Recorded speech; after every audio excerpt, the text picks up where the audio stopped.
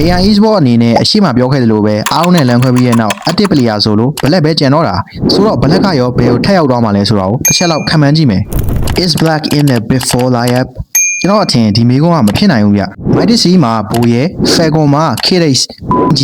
E မှာ Blink အစရှိတဲ့ player တွေရှိနေတယ်ဆိုတော့ကကျွန်တော်အမြင်ရ black တာဆော့ပစ်ခဲ့ရင် TR2 အတင်းတွေစီရောက်သွားနိုင်ချေများတယ်ဒါဆိုပါလာတင်ထင်းဆဝမ် black တွန်ဘယ်အတင်းမှာဖြစ်နိုင်မလဲပါလာတင်မှာကဖြစ်နိုင်ချေရှိပေမဲ့ player resort အရင်များတယ်ဗျဥပမာ Yuri တို့ Evanji တို့ပါလာတင်ကိုပြန်ရောက်နေတာမျိုးပေါ့ထင်းဆဝမ်အနေနဲ့ကြာဒီစင်းထဲကနေထုတ်ထားလို့ရနေပြီအဲ့တော့ဖြစ်နိုင်ချေအရှိဆုံးကတော့ black တွန်မှာ Rhino ကနေလမ်းခွဲထားတဲ့ player တချို့ကအတင်းကြီးတွေစီရောက်နိုင်နေတာဆိုတော့ကြံနေတဲ့ player ကောင်းတွေဖြစ်တဲ့ရှောင်းရန် Coin တို့လို player တွေနဲ့ black လို player ပေါင်းစပ်နိုင်ခဲ့ရင်မနစ်က MSL မှာကြမ်းတိုက်နေတဲ့ black တွန်ဒီMSL မှာအကောင်းဆုံးကမ်းပန်းနိုင်မယ်လို့ယုံကြည်တယ်ဆိုတော့ black ကို black မှာပြန်မြင်ရမလားဆိုတာတော့တစ်ချက်စောင့်ကြည့်ရမှာပဲ bra တို့ရောဘယ်လိုထင်လဲဆိုတာကို comment မှာရေးခဲ့ပါကျွန်တော်ကတော့ခုပြီးပါနောက်ဗီဒီယိုမှာပြန်တွေ့တာပေါ့ bye bye